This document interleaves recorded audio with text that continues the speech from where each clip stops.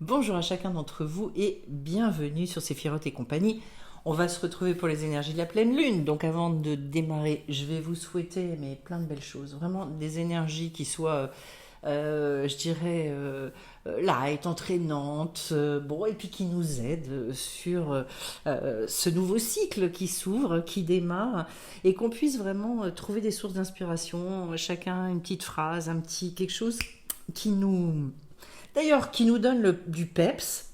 Et puis, vous savez, il y a des fois, je suis amenée à dire un certain nombre de choses, mais en fait, on est concerné et des fois, une petite phrase peut déclencher plein de trucs. Donc, c'est vraiment dans cet esprit-là, je pense qu'il faut se laisser bercer. Voilà, profitez-en. C'est un petit moment pour vous et essayez d'avoir une écoute qui va être une écoute qui va pas être que intellectuelle et pas dans je cherche à répondre à des attentes, mais non, au contraire, je m'ouvre, surtout que c'est vraiment ce qui vous est demandé avec ce tirage. Donc, je file déjà sur le fait que la nouvelle lune ait lieu le 18 juin 2023 en Gémeaux. Et donc je vous dis un petit mot en numérologie, puisque donc 22/6/2023, j'arrive à 31, ce qui me met sur un chiffre 4. Et on est dans une recherche d'emblée avec le cadre de stabilité, quelque chose qui vous pose, quelque chose qui vous rassure, aussi peut-être que vous êtes en besoin de sécurité, et c'est quelque chose qui est normal et logique. De toute façon, pour moi, la sécurité, c'est aussi quelque chose en lien avec une forme de stabilité intérieure. Je pense que la profonde désécurisation, c'est quand on est dans des déséquilibres permanents. Voilà. Euh, il s'agit d'aller chercher cette sécurité intérieure qui fait qu'on se dit ok, je suis prête à vivre ce qu'il y a à vivre et à traverser. Donc finalement le 4, un symbole le symbole du carré, quelque chose qui ne laisse pas beaucoup de place à la poésie, mais qui en revanche nous appelle à aller ancrer les choses, permettre finalement à tout ce qui est pensé, ressenti, etc., de se manifester, de prendre forme, donc que le monde invisible rentre dans la matière, devienne véritablement visible. Et on est sur plus une question de responsabilité, une question de persévérance, vraiment de l'idée de la manifestation, de la mise en pratique est quelque chose de très important. Donc dans ce mois-ci, eh bien peut-être se poser la question comment est-ce que moi je peux, voilà, là où j'en suis. Mais quand j'ai une idée, c'est quoi la mise en œuvre? Qu'est-ce que je peux tout de suite expérimenter, vivre? Voilà, pour rentrer finalement dans l'être et pas que dans cette recherche perpétuelle qui au bout d'un moment est d'abord est sclérosante, elle est fatigante.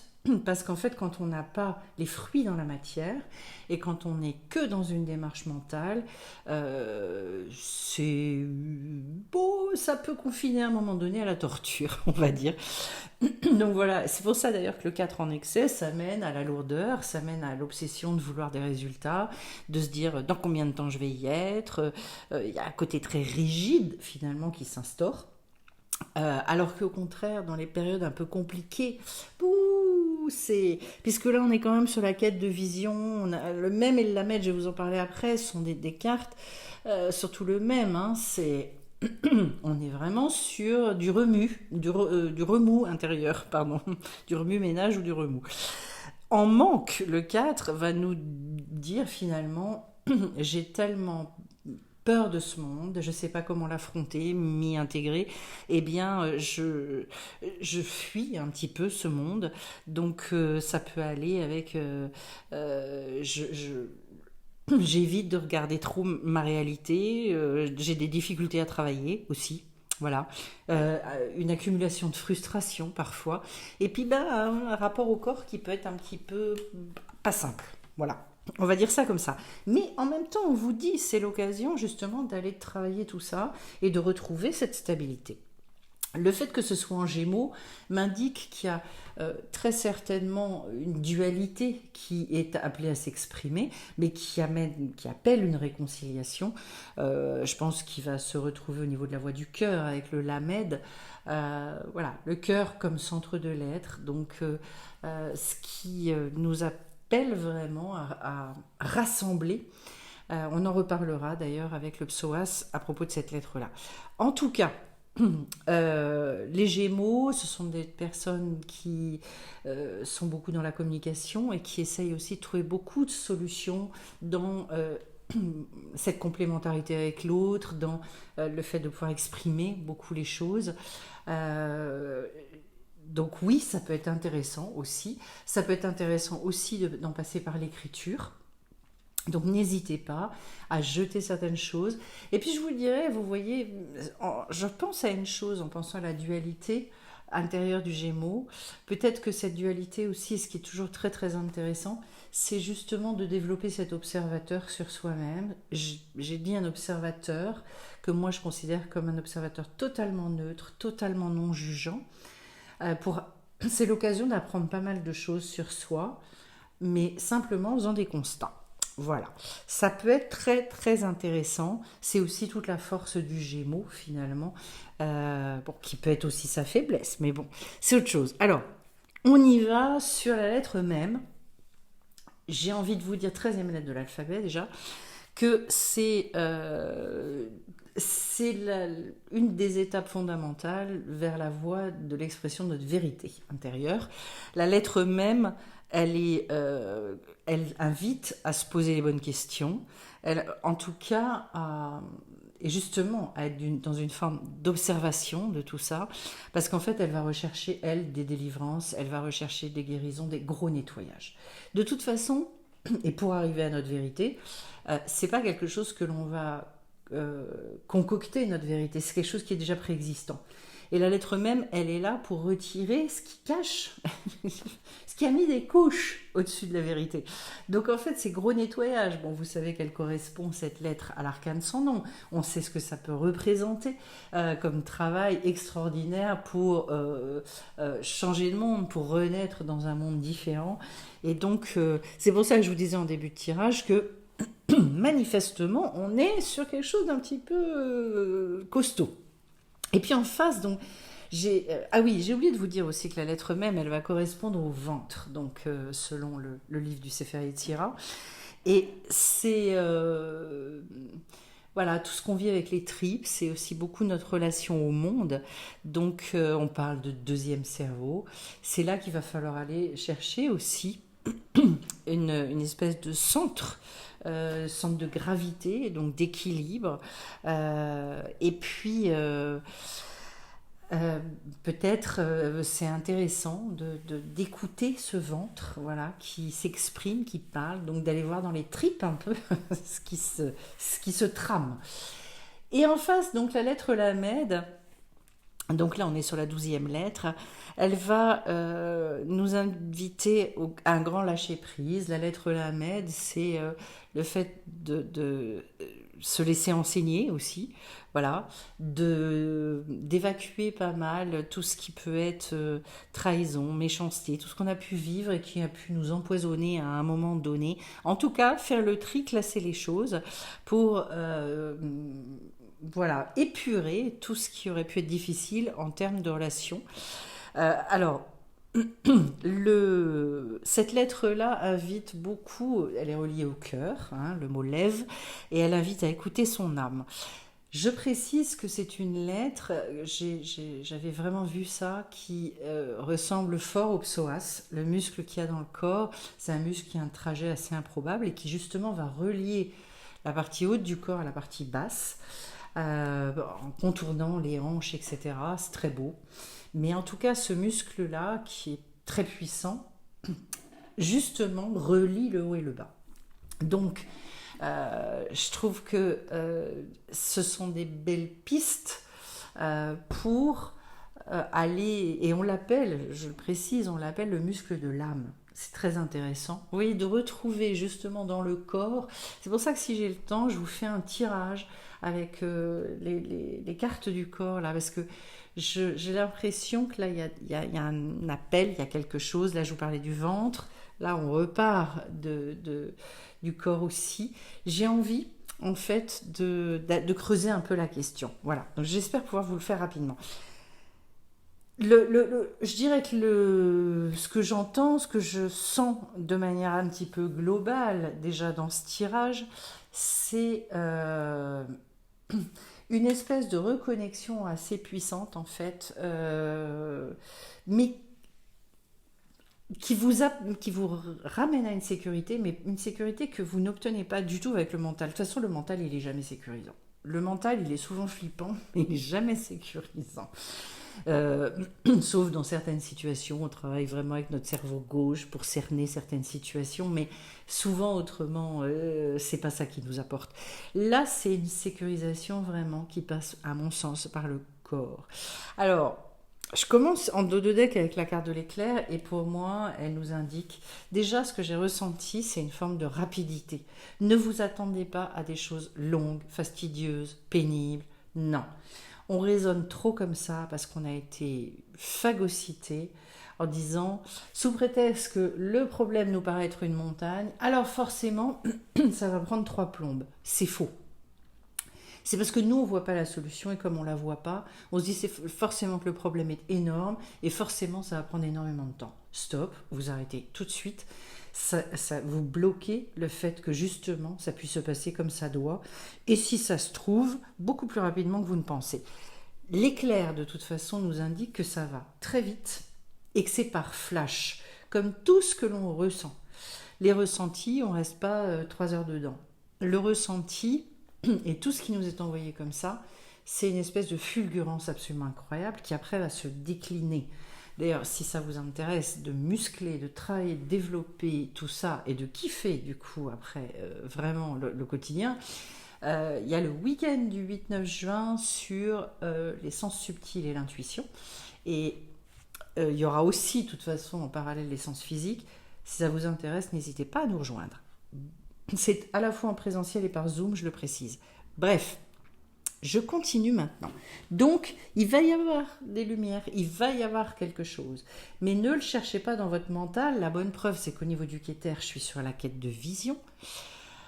Une posture, moi je reprends la carte là parce que c'est pas possible de faire autrement.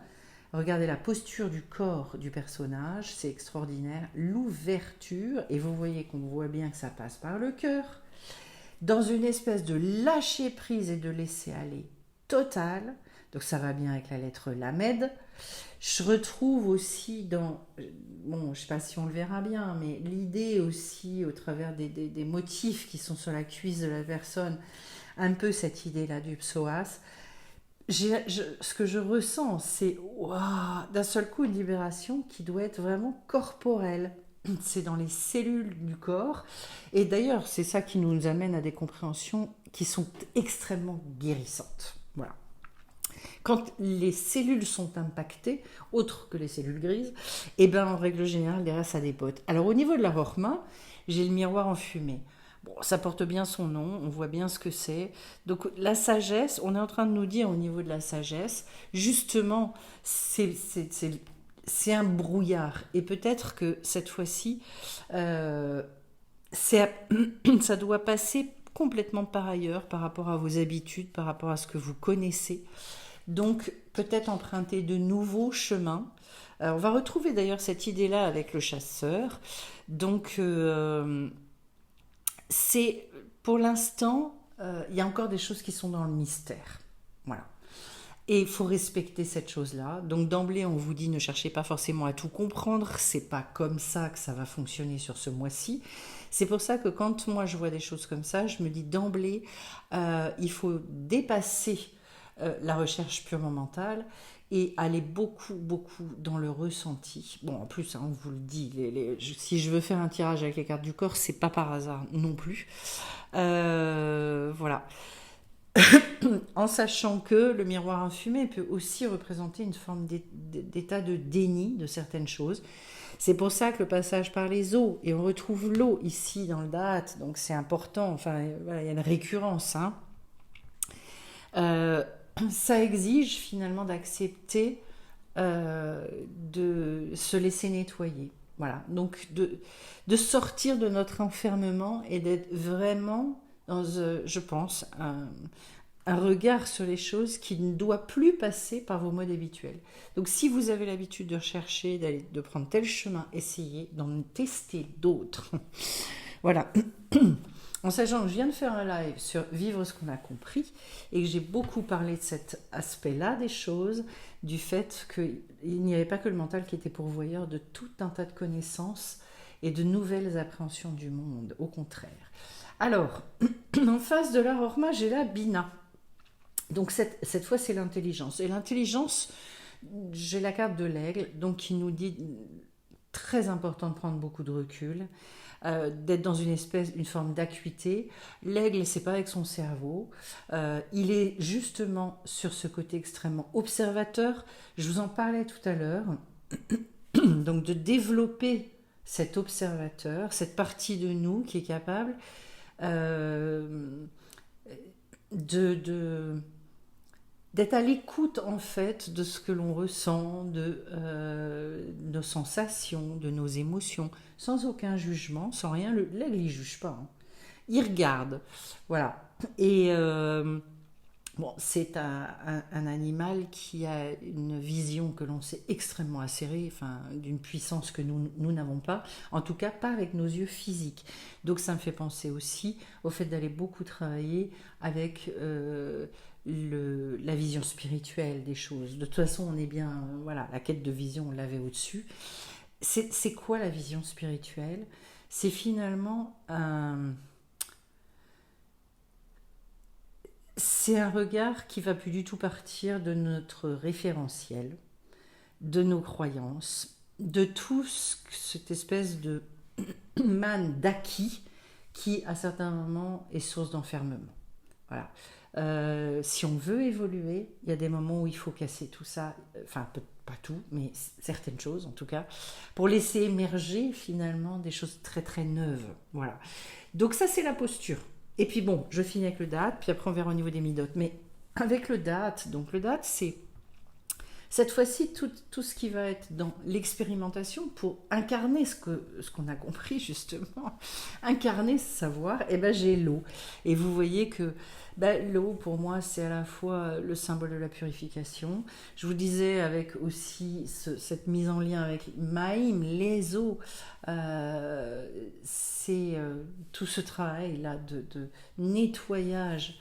Et dans les eaux fétales, c'est tout ce travail de préparation absolument inouï pour naître à complètement autre chose. Bon, la symbolique, on la connaît au niveau de l'eau. Ce qui signifie que, et pour moi, se préparer, c'est expérimenter. Se préparer, c'est pas rester assis sur son canapé à se prendre la tête. C'est je fais, j'avance, je teste, etc., etc. C'est comme ça que de toute façon, avant de lancer les choses que l'on a envie de lancer, il y a toujours des temps de préparation pour tout. Eh bien, là, pour moi, et ça va bien avec le 4, on est vraiment dans une grande mise en œuvre des choses, des changements de comportement, voilà. Alors, maintenant, je continue avec les midotes et je vais sur le chesed, donc la bonté. J'ai la chouette. On retrouve encore un animal, un oiseau, cette fois-ci dans cette vision qu'on lui connaît, la chouette, donc ce côté aussi clairvoyant. Et puis qui réussit à regarder dans la nuit, donc qui va aller voir les choses, mais bien au-delà de ce qui est évident, de la lumière. Donc pour moi, le chesed, donc la bonté à se faire, cette fois-ci, c'est sortir de nos aveuglements déjà, et puis ne pas hésiter à aller regarder, donc justement dans ce qui peut nous gratter un peu, ce qui nous gêne, mais encore une fois, c'est pas comme on ne demande pas de résoudre ça, on nous demande finalement d'admettre. De toute façon, et derrière, il y a un processus alchimique qui se crée, qui se met en œuvre, qui fait qu'à un moment donné, le nettoyage, c'est pas nous qui l'opérons. On met et on fait ce travail de préparation. Et vient ce temps où, clac, il se passe quelque chose, et là on se dit, mais je vois plus du tout les choses de la même manière, mais comment j'ai pu rester enfermée dans le truc? Bon. Donc, voilà, pour moi la chouette, c'est vraiment ça. Et puis aussi, ne vous précipitez pas, soyez... Je vous parlais du problème du rapport au temps avec le 4, hein, en excès, c'est je veux tellement, etc. Non. Le temps ne nous appartient pas, c'est pas entre nos mains, donc je laisse tomber cette notion-là. De toute façon, si on veut gagner du temps, il ne faut pas y penser. Je dirais ça comme ça. Alors je continue maintenant avec la lune. La notion de lune au niveau de la Gvura, donc du courage cette fois-ci, on est en plein tirage de nouvelle lune et c'est clairement dans ce jeu le fait d'être invité à une démarche de renouvellement. Et donc en fait, pour accéder à la libération, pour tout ça, c'est-à-dire en fait il faut prendre le temps de... Et il y a un moment, on n'a rien sans rien, tous les thérapeutes vous le diront, c'est-à-dire que, en tout cas, à mon avis, les thérapeutes honnêtes, c'est-à-dire qu'on transmet des outils, et avec ces outils-là, on aide à déclencher des choses, mais derrière, le vrai travail, c'est la personne qui va, comment, accepter d'aller à des endroits où elle n'a pas forcément envie, etc., etc., et qui va rester convaincu, voilà, très fortement que la libération elle est au bout du tunnel et on y va et ça nous demande déjà beaucoup de courage même si c'est pas nous qui réalisons à proprement parler la guérison ou la libération. Donc là, au niveau de la rigueur, ce qu'on est en train de nous dire, c'est en revanche si vous faites pas votre démarche, si vous prenez pas le temps de ça, ben après faut pas s'étonner que ça marche pas. Voilà. Et que vous savez les choses dans lesquelles ça marche, on s'investit. Donc, c'est comme tout le reste, quand vous avez cherché du boulot, vous vous êtes investi, quand vous avez voulu monter votre boîte, vous vous êtes investi, quand vous avez voulu construire votre couple, vous vous êtes investi, quand vous avez voulu que vos enfants deviennent des gens sympas, bien, vous vous êtes investi. Ben, c'est pareil, quand on veut nous se nettoyer, arriver à des degrés d'épanouissement, ben, ça nécessite un minimum d'investissement, voilà. Mais de la bonne manière, c'est-à-dire pas du tout en se prenant la tête, et ça, je pense qu'il y aurait beaucoup à dire, mais la posture de départ, elle n'est pas du tout dans une espèce de crispation, bien au contraire. Le Yesod, Tiferet, c'est-à-dire l'harmonie, de ce degré, je dirais aussi, enfin pour moi qui est très lié à la beauté, j'aime bien cette notion-là, on est au niveau du chasseur. Et le chasseur, sa particularité, c'est qu'en fait, bon, il va chercher de quoi se nourrir, ça c'est clair, mais d'abord, il est extrêmement connecté à son intuition. Il est tout dans les sensations, parce qu'en fait, vous savez, il est à la recherche de quelque chose. Donc la bonne posture, c'est ça. C'est je ne sais pas.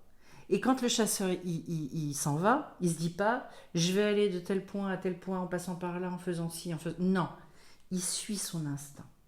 Et là, on revient à cette notion-là.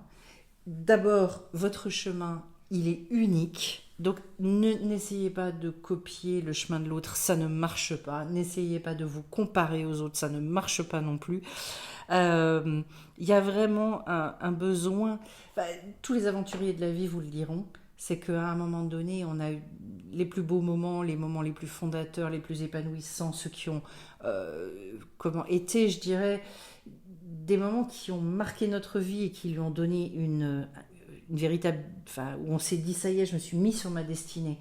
Ce ne sont pas des choses qui sont venues par le mental. Il y a une espèce d'appel, il y a eu quelque chose. Bon, en plus, voilà, on est le 18 juin, ce sera le 18 juin, donc on est en plein appel.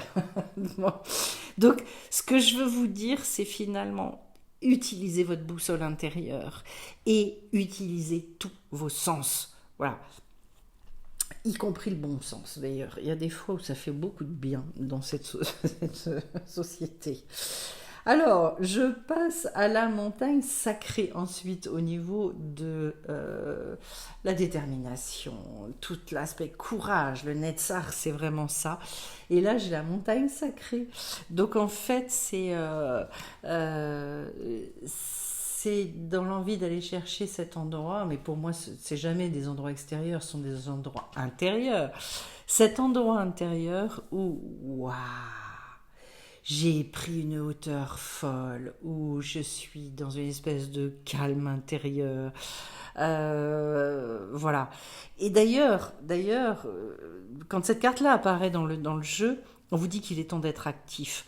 Et du coup, surtout, il ne faut pas se décourager, il ne faut pas vous empêcher d'avancer.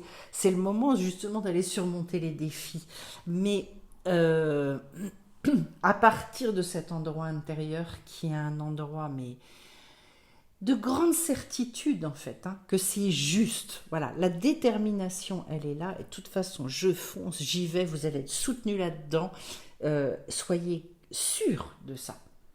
Vous savez, il y a une chose, et voilà, je suis humaine, je suis comme tout le monde, j'ai des moments de découragement, des moments de ras-le-bol, des moments de ci et de ça. Mais il y a un truc au fond de moi, difficile à décrire, où il y a un au-delà de ça, où je me dis de toute façon, quelque part, je ne lâcherai jamais le morceau. Et c'est très étonnant, et je dirais c'est très très lié aux inclassables, à quel point cette espèce de niaque intérieure, euh, finalement, elle ne nous quitte pas. Voilà. Et ben, faut s'accrocher. Je dirais même, faut chouchouter ce truc-là. Je crois que c'est hyper important. Et puis alors, enfin, j'ai le monde inférieur. Cette fois-ci, au niveau de la victoire, au niveau du Odd, et on nous dit ici, en fait, il y a plein de victoires qui vous attendent. En fait, ne soyez pas en but par rapport à ce que vous considérez comme des punitions, des attaques, des machins, des trucs, etc. Mais bon sang, le nombre de choses comme ça qu'on est amené à traverser, et quand on a compris ce principe-là, et quand on arrive à le vivre de cette manière-là, mais je vous assure qu'au bout, mais les cadeaux qui tombent, c'est phénoménal. Est-ce que c'est agréable à traverser? Non. Je suis pas maso, moi. Je suis franchement pas du genre à me flageller. Mais en revanche, mais le bonheur absolu de se dire, waouh, En plus, à chaque fois, ce qu'il y a d'extraordinaire, c'est qu'on ne sait pas ce qu'on va trouver. Donc ne fuyez plus ça, n'ayez pas peur de ça, c'est pas des attaques, on n'est pas là pour vous faire tomber dans des pièges, on est là pour vous faire découvrir des trucs en vous que vous ne soupçonnez pas du tout. Alors ce monde inférieur, c'est comment... Moi je crois que plus on avance, et d'abord moins il nous fait peur, et on va pas le chercher, hein. De toute façon, c'est lui qui vient. Ça, il n'y a pas à tortiller. J'ai pas dit qu'on en demandait ou qu'on en redemandait. En revanche, quand il se présente, on dit ok, je t'ai entendu. Voilà, je vais pas patauger là-dedans, je vais pas y rester pendant des lustres, ça m'intéresse pas. C'est quoi le message? C'est quoi? Qu'est-ce que tu viens de délivrer? Et après, je dirais, et c'est un peu le sens du tirage, arrêtez de bosser avec votre mental et soyez juste à l'écoute. Voilà, c'est tout. De toute façon, tout ça, c'est ce qu'on va faire durant ce week-end sur les sens, parce que il y a des trésors, il y a des mines de renseignements à trouver au travers de tout ça. Ensuite, j'ai la carte du sacrifice. Donc cette carte, alors c'est un mot qui a été beaucoup dévoyé et qui n'est pas toujours bien analysé pour moi. En tout cas, bon, ma manière de le voir. Et ça, c'est le Yesod, c'est être prêt justement à sacrifier notre lourdeur, nos peurs, est-ce que j'ai envie de garder tout ça? Est-ce que vraiment je me définis? Et pour moi, c'est la carte de la désidentification. Voilà. Tout ce qu'on doit sacrifier, c'est finalement justement tout ce négatif, ces choses qui enferment des vraies lumières. Et en fait, vous savez, quand on ouvre un cadeau, on déchire le papier. Et c'est bien. Et le papier, il a été créé pour être déchiré. Et en fait, quand vous avez le cadeau, vous ne gardez pas la boîte, vous gardez le cadeau. Bon, et bien c'est pareil pour vous. Vous êtes un cadeau. La seule chose, c'est que pour l'instant, vous êtes peut-être encore dans une boîte, et puis il y a peut-être beaucoup de couches et d'épaisseur. Et bien les couches, elles sont là pour être sacrifiées. Elles sont là pour être déchirées, pour que ce qu'il y a en dessous, ça sorte. Et justement, c'est tout l'objet du même, pour aller vers sa vérité. Et regardez cette magnifique carte, puisque justement, on finit donc par le maïs, qui est la carte de la récolte, dans la malroute, donc dans la royauté. C'est-à-dire qu'à un moment donné, ce qu'on vous dit, c'est mais vous êtes un chasseur, vous partez à la chasse et vous allez récolter. C'est le temps de la récolte. Donc, j'ai envie de vous dire, en fait, tout va bien. Tout va très très bien.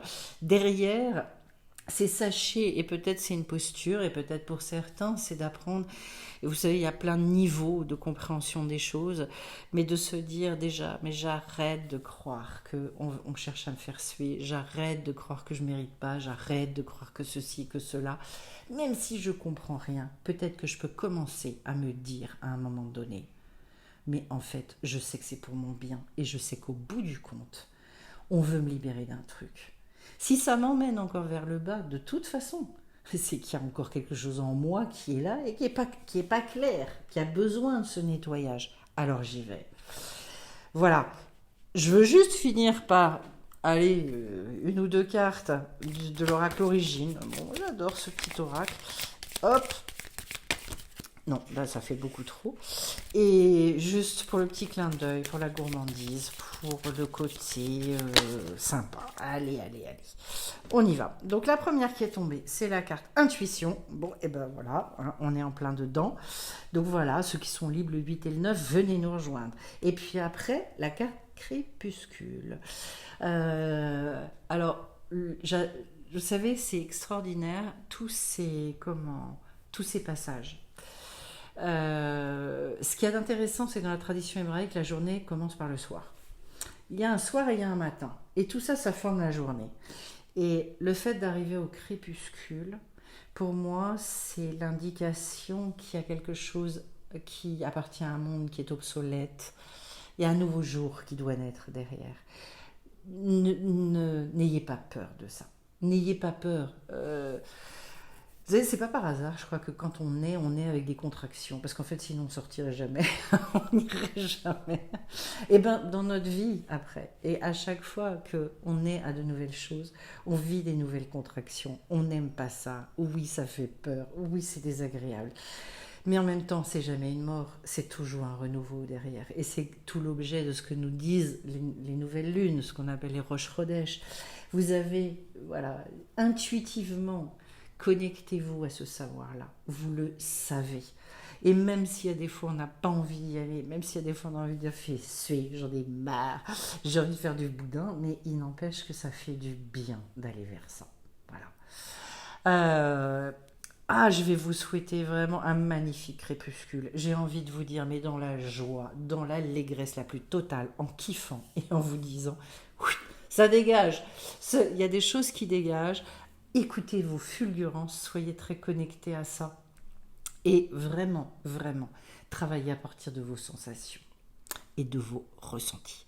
Voilà, je vais vous souhaiter à tous une magnifique nouvelle lune. Ceux qui veulent nous rejoindre dimanche 18, je ferai en fonction du nombre de personnes qui seront dispo, là, parce que sur les fins d'année, c'est un peu chaud, je me rends compte. Mais n'hésitez pas à me dire si vous voulez participer à la soirée nouvelle lune du 18 juin. Vous m'envoyez un petit mail, Séphiroth et compagnie, @gmail.com, et puis comme ça, voilà, si j'ai assez de monde, on relance une petite un rituel et voilà, pour poser les choses et réouvrir quelque chose de très nouveau. Je vous dis à très vite sur la chaîne et je vous souhaite plein de belles choses. Au revoir à tous.